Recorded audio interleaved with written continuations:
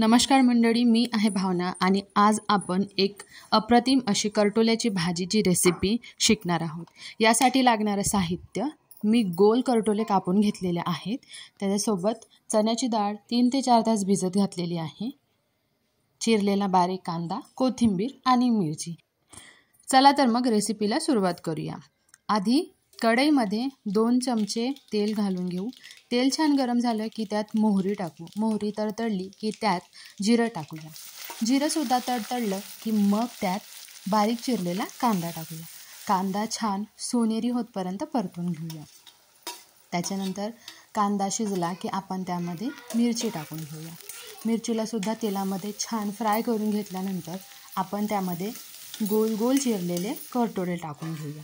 त्यांना 2 ते 3 मिनिटाची वाफ देऊन झाली की परत एकदा छान मिसळून घेऊया।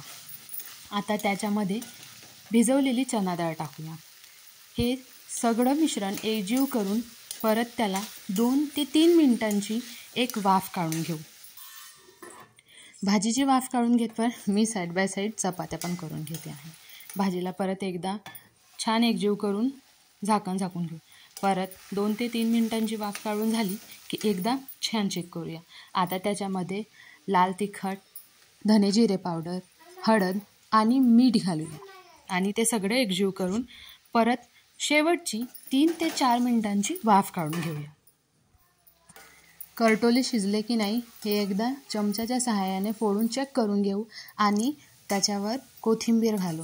कोथिंबीर घातल्यानंतर एकदा परत हे मिश्रण एकजीव करून घेऊ आणि शेवटची 2 मिनिटांची वाफ काढून घेऊ। बघू शकता भाजी तयार झालेली आहे। आता मी जेवायला घेते। व्हिडिओ बघितल्याबद्दल धन्यवाद। साधी आणि सोपी रेसिपी आवडली असल्यास चॅनलला सबस्क्राईब करायला विसरू नका।